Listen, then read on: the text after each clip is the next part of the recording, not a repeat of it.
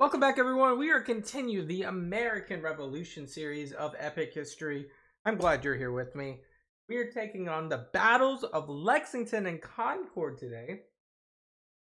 To preface this, I love history. I love learning. I love educational stuff like this. I'm an American. However, I don't know all the details. That's what we're going to do today. We're going to learn. Glad you're here with me. Lego.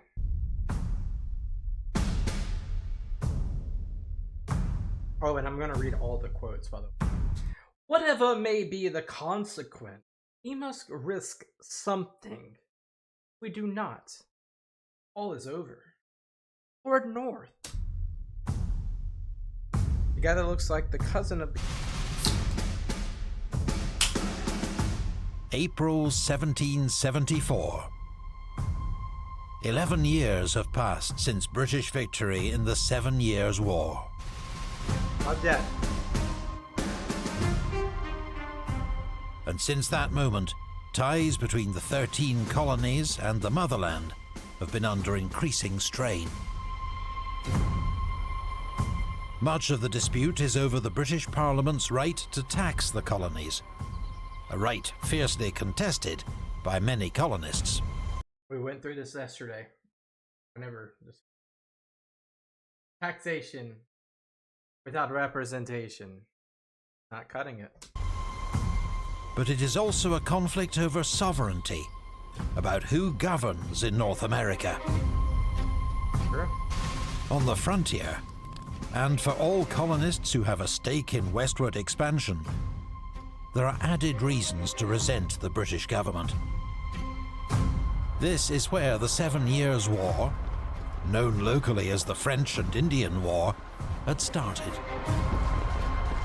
The first shots were fired in 1754 in Ohio country by troops under the command of a 22-year-old Lieutenant Colonel George Washington. That's so cool. And I want to learn way more about the French and Indian / 7 Years' War maybe later on. It's just all these people that we learn about in the Constitution or Continental Congress and the fathers of the nation, blah, blah, blah. They had lives prior to this. A lot of them are very young, 20, 30-year-olds. But George Washington, or the elderly, like, not elder, up there, like with Ben Franklin. They had lives. They've had so many lives before this, including more war. Which helps us. After the war, the British hoped to end clashes with Native American tribes and bring peace to the frontier. To this end, in 1763, a royal proclamation is issued, which imposes limits on further westward expansion beyond the Appalachian Mountains into the land now termed Indian Territory. Oh. For colonial land speculators, pioneers, and farmers, the proclamation cuts off access to a vast source of cheap land and stokes further anti-parliamentary feeling. The colony's list of grievances seems to grow year by year, and with each new attempt by the British Parliament to assert its authority, colonial resistance grows fiercer and bolder. The destruction of 46 tons of East India Company tea in the so-called Boston Tea Party. And we learned yesterday there was a New York Tea Party, there was a Charleston Tea Party, there was a Philadelphia Tea Party, etc. So this was a movement. Is the final straw. Lord North's government decides to make an example of Boston and the colony of Massachusetts. In the spring of 1774, the British send 4,000 troops to occupy the colony. Dang. And pass a series of measures known as the Coercive Acts. The governor is replaced by a new military governor, General Gage. Boston's port is closed to commerce by Royal Navy blockade. Representative assemblies in Massachusetts are limited, and it becomes easier for British troops to requisition housing throughout the colonies. Which is why in the American Constitution, I forget which amendment, right?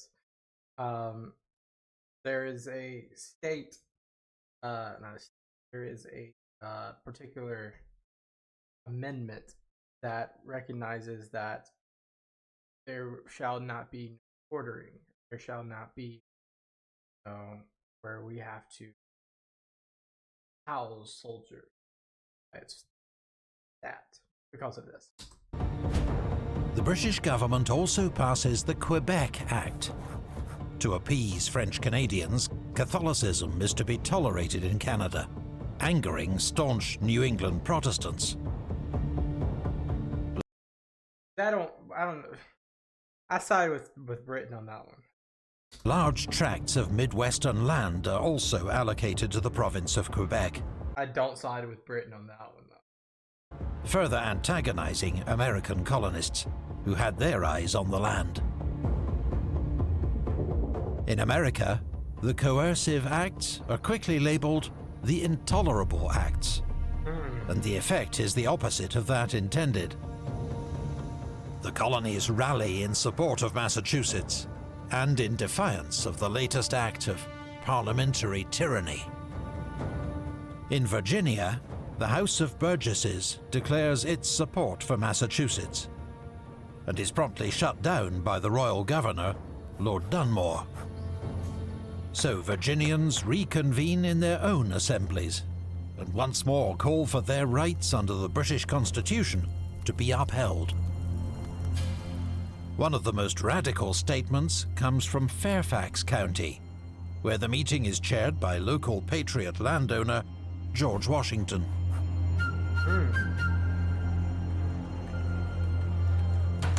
10 years earlier, the colony... By the way, we cannot just give epic history no benefit right here. They are crushing it with this storytelling measures. Colonies had not dared to claim that only they had the right to govern themselves.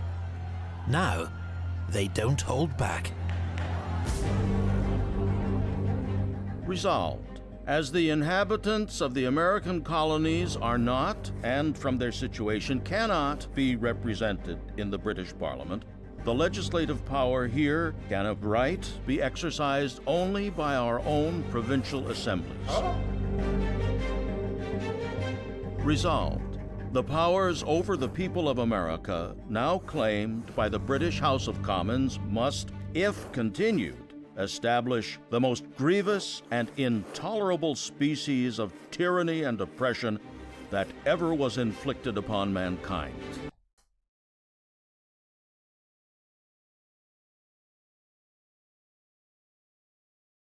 That is insane. That's insane that they wrote this. Not really, but still, it's crazy, man. Virginian patriots call for a Congress, composed of delegates from the colonies, to meet and discuss a collective response to the latest crisis. Congress. Such calls are echoed across the colonies, and in September 1774, the First Continental Congress meets in Carpenter's Hall, Philadelphia. It is attended by 56 delegates from 12 of the 13 colonies. Who abstained? Among them, several men who will play key roles in the struggle ahead. John and Samuel Adams of Massachusetts, self-made men incensed by the British occupation of their colony. John Dickinson, a moderate from Pennsylvania who seeks reconciliation with Britain. Lesser known. And Patrick Henry, the radical from Virginia, who holds what for most is still an extreme position, total independence from Great Britain. Despite their divisions, a compromise is reached. The colonies agree to boycott all British goods until the intolerable acts are repealed. They will also send another petition to King George III, listing their grievances. We gotta look at some of this, guys. We will not import into British America any goods whatsoever from Britain. Okay? We will wholly discontinue the slave trade. Holy? Holy. That's a very interesting one right here. I've never heard this before. That this, I would love to dig deeper here and see kind of like what does that mean. Obviously, it'll be another 100 years till 13th Amendment. It'll be another 30, 40 years before Britain does anything progressive around slavery. So, very interesting. We will not purchase or use any tea imported from the East India Company. Of course, we already saw that. If the intolerable acts are not repealed, we will not export any commodity to Britain. If any merchant shall ship any goods to America, we will sever any commercial connection with it.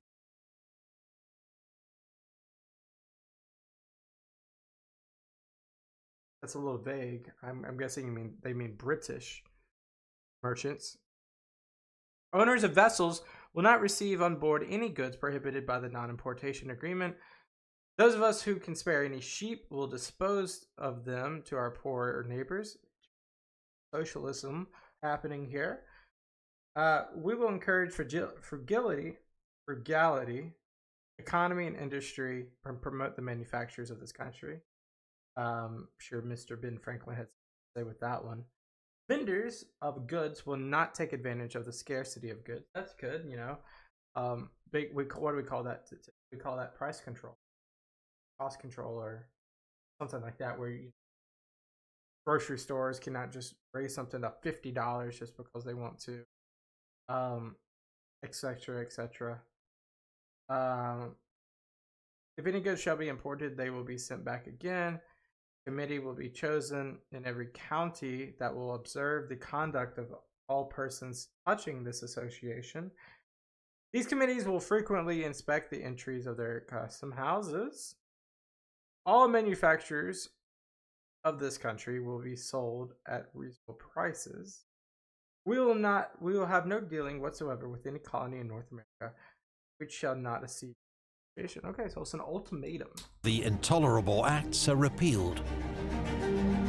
They will also send another petition to King George III, listing their grievances, while expressing continued loyalty and desire for reconciliation. Well, that's good. You don't care, though. We ask but for peace, liberty, and safety.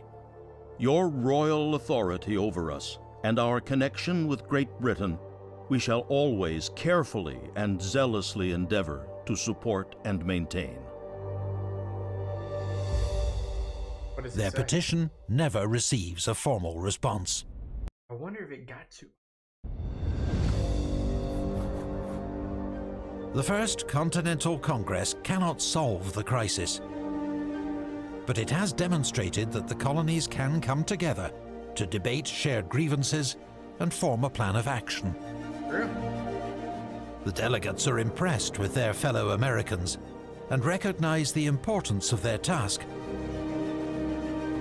A new sense of solidarity inspires confidence that, if required, they can work together again for the common interest of all.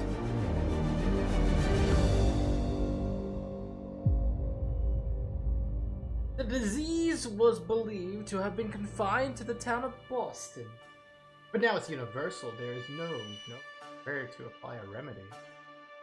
Good old Thomas Q. In America, the long history of colonial and frontier wars means most British colonies maintain their own militia. Now, these part-time citizen soldiers are training regularly under local officers, anticipating a confrontation with the British. It's a growing concern for General Thomas Gage, the British commander in North America, with 4,000 troops in Boston. He's also worried about the gunpowder reserves, held at strategic locations across Massachusetts, for use by government and militia forces. With tensions running high, control of the gunpowder becomes a priority for both sides. In September 1774, Gage sends 260 men to secure a powder magazine in Suffolk County, Massachusetts. In such a suspicious atmosphere, the sight of British redcoats on the march ignites wild rumours that villages are being attacked, civilians massacred, and that British warships are shelling Boston. Well, None of them are true. Nevertheless, thousands of angry patriots gather in the streets of Cambridge, prompting local loyalists to flee to Boston. The patriots disperse the next day, but both sides are rattled by the incident.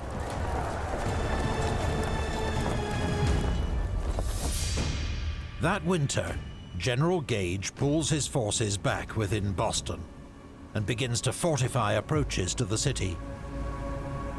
He also requests reinforcements from Britain. He knows what's about to happen. Parliament delays. The British army is tiny, and sending troops to America is expensive. You wouldn't think that, though, would we?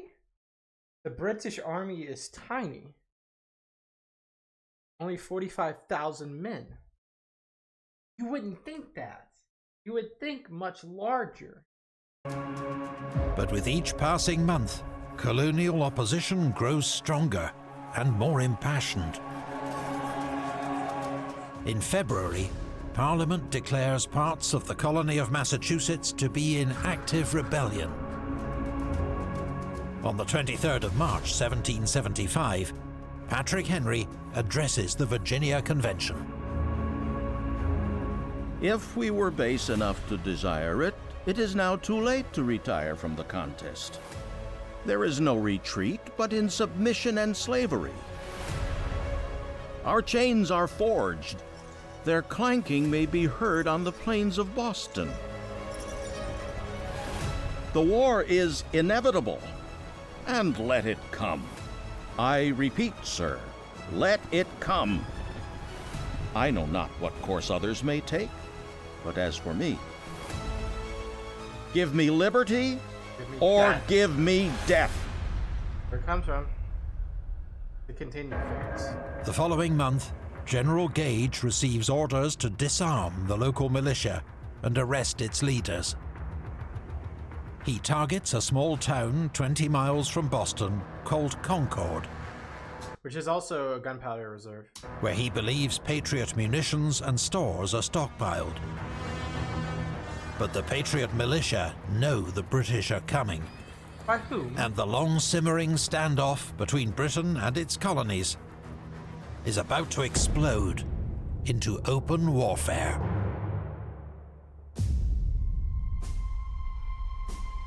Stand your ground! Don't fire unless fired upon. But if they mean to have a war, let it begin here. 19th of April, 1775. That was just a couple days ago from the 250th anniversary as it shows up there. That is insane, guys. We've lived 8 generations since. Boston. Around midnight, 700 British infantry, drawn from elite grenadier and light infantry companies, cross Boston Harbor in boats and begin their march to Concord. John Pitcairn. They are led by 51-year-old Colonel Francis Smith, who's been stationed in America for 8 years. Time. Your tours. His operation is supposed to be secret. The route has been carefully planned, and British scouts and spies patrol the countryside.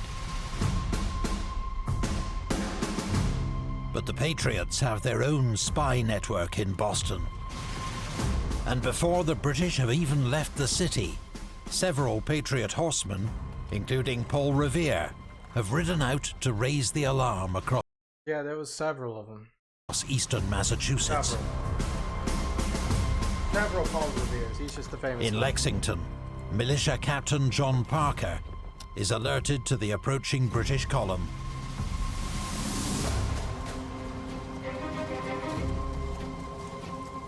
He gathers 80 militia men on the village green to observe their advance. Around dawn, at 5 a.m., the head of the British column arrives. Redcoat officers order the militiamen to lay down their arms. Shouts and jeers are traded. Then a shot rings out.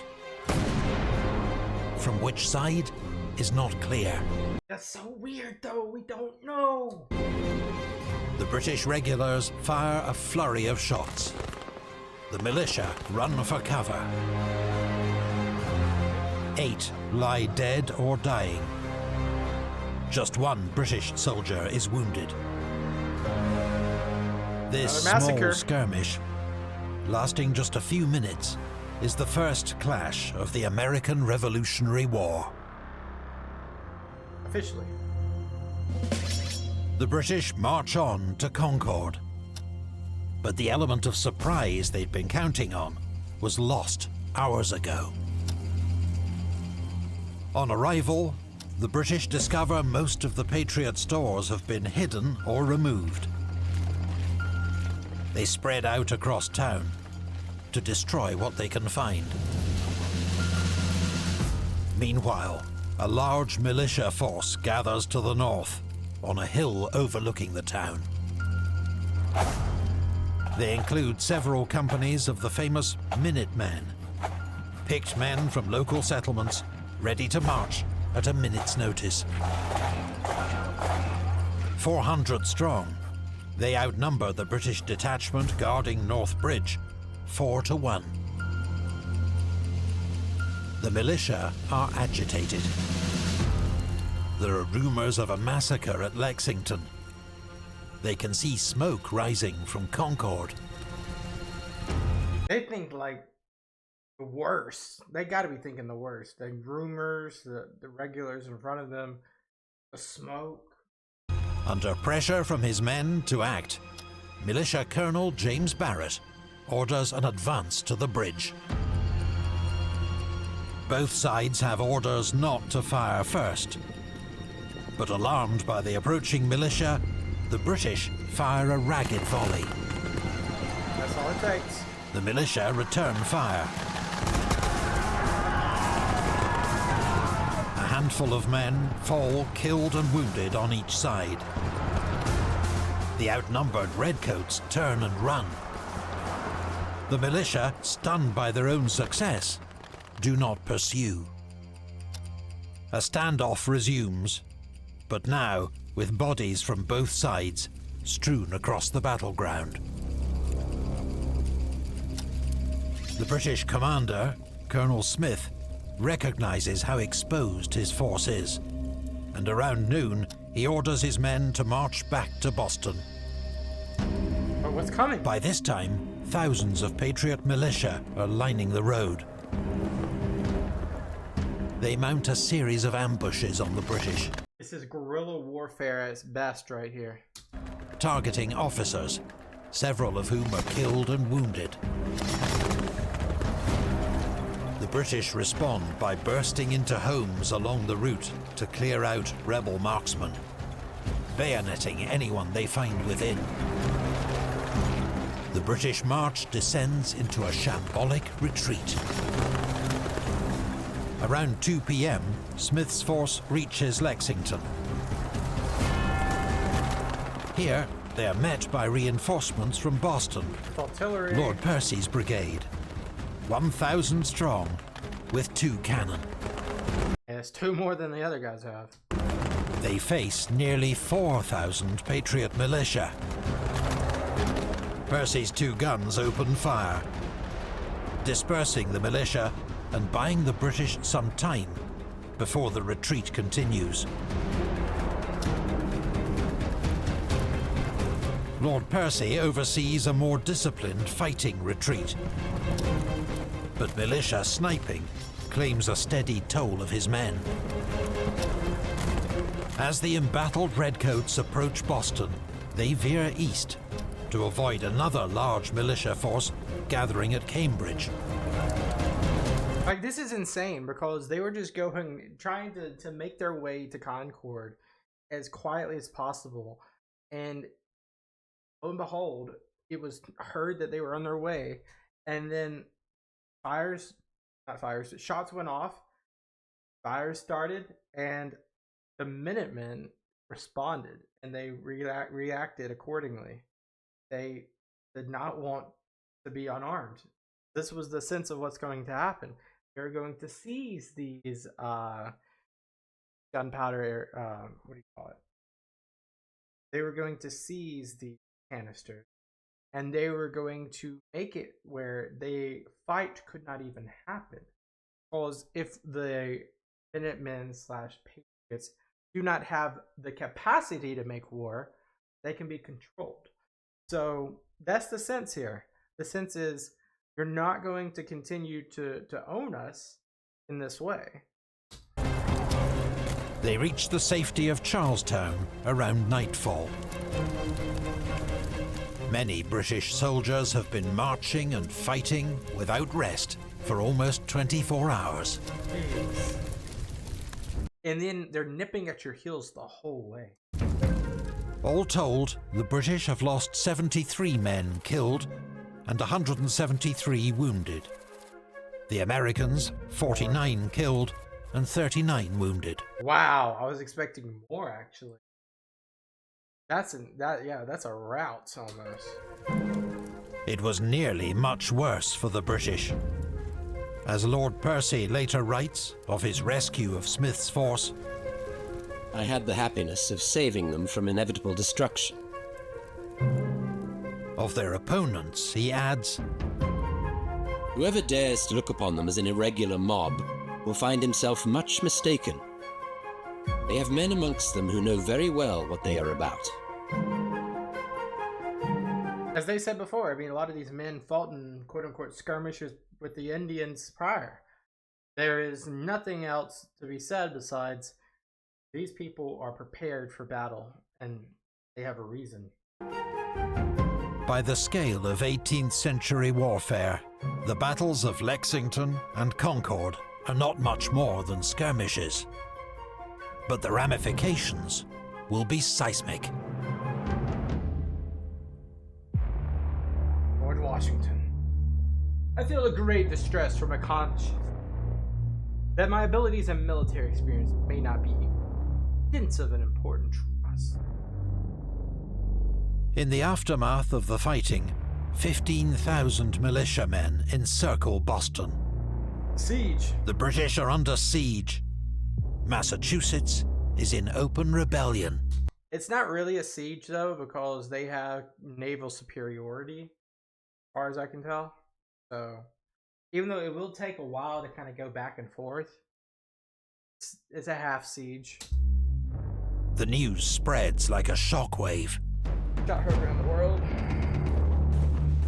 3 weeks later, a second Continental Congress gathers in Philadelphia. I bet you that the first. I bet you the first line for those like, "Welp, Patrick, you wanted your battle, you wanted your war, got it. Now what?" Delegates had expected to be busy coordinating further protests. But suddenly, with the colonies in open conflict with the British, they begin to take on the work of a wartime government. Is this when George Washington becomes? Congress appoints a committee to secure military supplies, votes to raise loans to pay for them, and issue bills of credit. It also passes resolutions to reach out to potential allies in Canada, Britain's Caribbean colonies, and among Native American tribes. No big ally yet. Obviously, spoiler alert, but whatever. First off, Canada's a long shot just because they're very, very much royalist measured here, even though, and they've just gotten what they want in terms of the Quebec territory, getting pretty much what they wanted. Caribbean, it's a long shot, very heavily Britishly controlled. Native tribes is probably your best bet here, but obviously the most opportunistic ally is England's biggest adversary, France. Many delegates are veterans of the first Congress, but there are also new faces. The celebrated inventor Benjamin Franklin. Oh, he wasn't there in the first one? I take back what I said. Didn't know that. Of Pennsylvania, who has returned from England. He is appointed Postmaster General with orders to establish a new postal service. Then there's the wealthy merchant John Hancock of Massachusetts. And in June, they are joined by the young lawyer Thomas Jefferson of Virginia. But Congress's most urgent priority is to form a united Continental Army that can stand against the inevitable British response. It's going to be a lot. It is obvious that the large militia forces around Boston will be the army's foundation. But who will lead them? For many in Congress, there's only one man for the job. The 43-year-old Virginian delegate, George Washington. So yeah, he's not old at all. I mean, a lot of you watching that might be under 30. Oh yeah, this guy's old. Not really. Like, in relative terms, I mean, he's one of the youngest generals. I mean, a lot of generals are a lot younger down back then anyway, but in terms of American history, this is a very young general. Ender. He is well known for his patriot views and admired for his military service in the French and Indian War.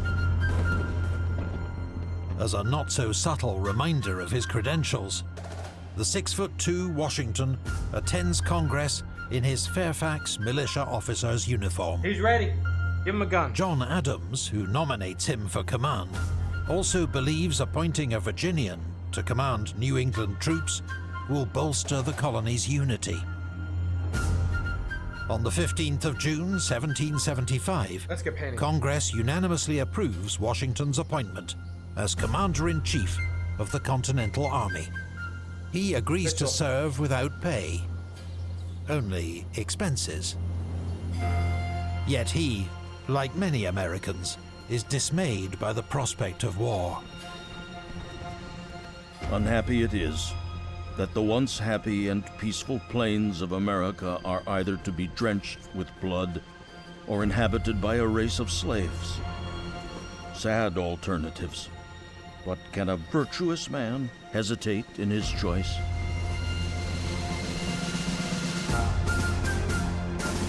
And that's going to be much later, crossing the Trenton River. In the tumultuous years ahead, many delegates will question the decision to give Washington command. Gonna be a good one. But ultimately, it will prove one of the best decisions ever made by Congress. The challenge Washington faces is immense. To form a professional army from scratch, with half-trained contingents from disparate colonies, to take on one of the world's most successful military powers. Ever. And before Washington can even reach the army, he learns the British have already attacked.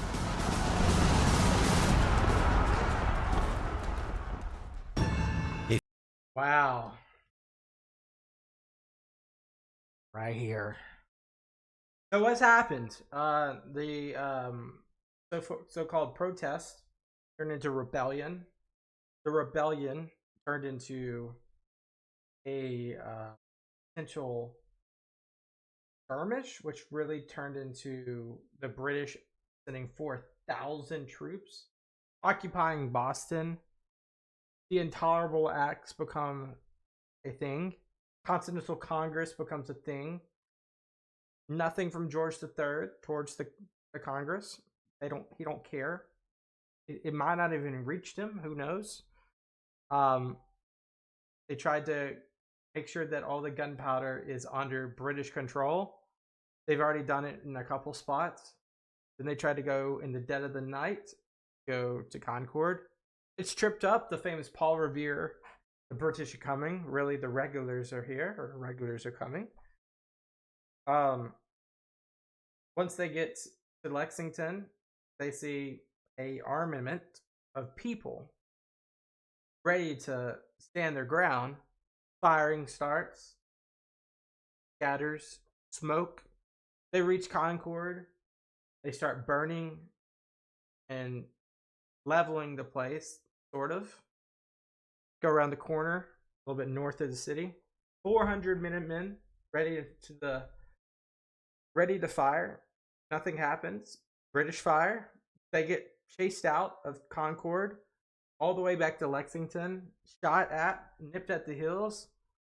They lost almost 2-1 in terms of numbers. Percy comes to their aid. He had cannons kind of dispersed. Cannons were more or less a psychological effect. I can't imagine how many times these Minutemen have been in a battlefield with cannons shot at them. I don't think ever, probably. That was probably intense. Then, of course, they disperse. They come back together. They continue to fight. They go back to Boston, and now Boston is under siege. Tons of people are conscripted by voluntarily, almost. Continental Congress #2, George Washington. Here we are. It's going to be an interesting continuation of the series. I love epic history. They do such a good job storytelling. This has a potential to be my favorite series that they've done. I've done probably 4 or 5 so far. The Napoleonic series is just a massive part of their catalog, so you can't not say that that's the best, because it is the best. First class storytelling and animations and so forth. So I'm glad that you guys have been here so far. We'll have to wait on the 3rd episode, as it's not been made. This is the 2 that's on their channel right now.